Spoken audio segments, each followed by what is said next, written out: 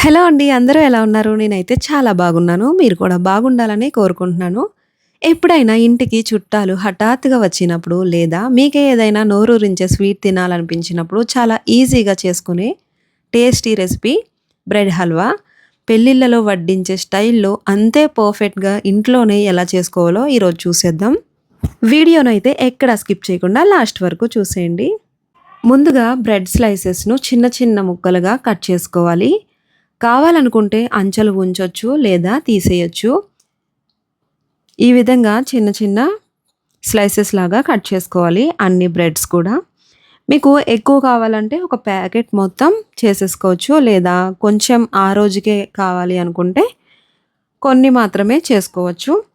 ఇది 1 డే నిల్వ కూడా ఉంటుంది. మనం ఫ్రిడ్జ్‌లో పెట్టుకోకపోయినా బయటే పెట్టుకున్నా సరే ఏమీ పాడైపోదు.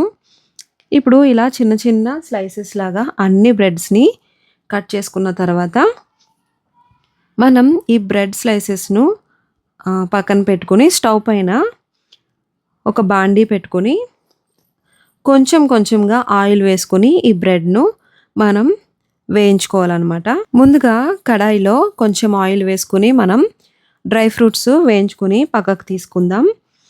బ్రెడ్ స్లైసెస్ ఎక్కువగా ఆయిల్ వేసి డీప్ ఫ్రై చేస్తే ఆ బ్రెడ్ స్లైసెస్ బాగా ఆయిల్ పీల్చేసుకుంటుంది. ఆయిల్ ఇష్టం లేని వాళ్ళు, ఆయిల్ ఫుడ్ తినకూడదు అనుకున్న వాళ్ళు ఇలా కొంచెం కొంచెంగా ఆయిల్ వేసుకుని మనం బ్రెడ్ స్లైసెస్ అందులో వేసుకొని బాగా వేయించుకోవాలి. ఈ బ్రెడ్ ముక్కలను తక్కువ మంట మీద ఉంచి మంచి గోల్డెన్ బ్రౌన్ కలర్ వచ్చే వరకు వేయించుకోవాలి. బ్రెడ్ ఎంత బాగా వేగితే హల్వా కలర్ అంత పర్ఫెక్ట్‌గా వస్తుంది.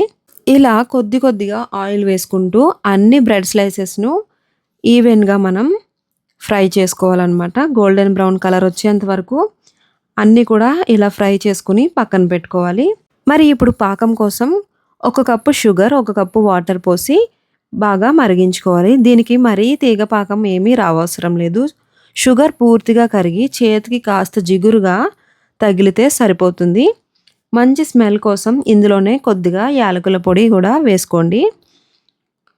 షుగర్ కరిగిన తర్వాత మనం వేయించి పెట్టుకున్న బ్రెడ్ ముక్కలను ఇందులో వేయాలి. బ్రెడ్ ఆ పాకాన్ని మొత్తం పీల్చేసుకుంటుంది. అన్ని బ్రెడ్ స్లైసెస్‌ను ఈ పాకంలో వేసేసుకొని మనం బాగా ఇలా ఇలా కలిపేయకూడదనమాట. అక్కడక్కడ కొంచెం పీసెస్ లాగా తగులుతుంటే ఆ టేస్ట్ అనేది వేరేగా ఉంటుందన్నమాట.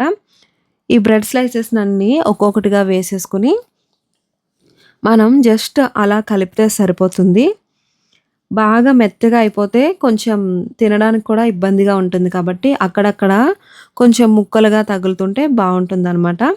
ఇలా మొత్తం అంతా వేసేసిన తర్వాత ఈ బ్రెడ్ హల్వా మరింత టేస్టీగా రావడం కోసం ఇక్కడ ఒక చిన్న టిప్ అండి. హల్వా ఇంకా రిచ్‌గా ఇంకా టేస్ట్‌గా రావడం కోసం కొద్దిగా కాచిన పాలు కూడా పోసుకోండి. ఈ పాలు వేయడం వల్లే హల్వాకి పెళ్ళిళ్ళలో తినే అసలైన టేస్ట్ వస్తుంది.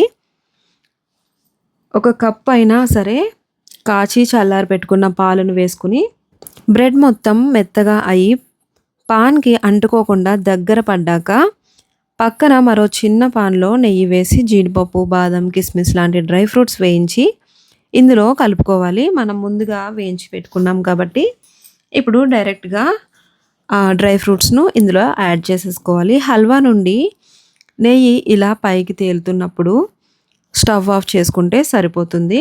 అంతే, నోట్లో వేస్తే కరిగిపోయే ఎంతో రుచికరమైన బ్రెడ్ హల్వా రెడీ. చాలా సింపుల్ కదా. మీరు కూడా తప్పకుండా ట్రై చేసి మీకు ఎలా కుదిరిందో కామెంట్ చేయండి. ఈ వీడియో నచ్చితే తప్పకుండా ఒక్క లైక్ చేయండి, షేర్ చేయండి.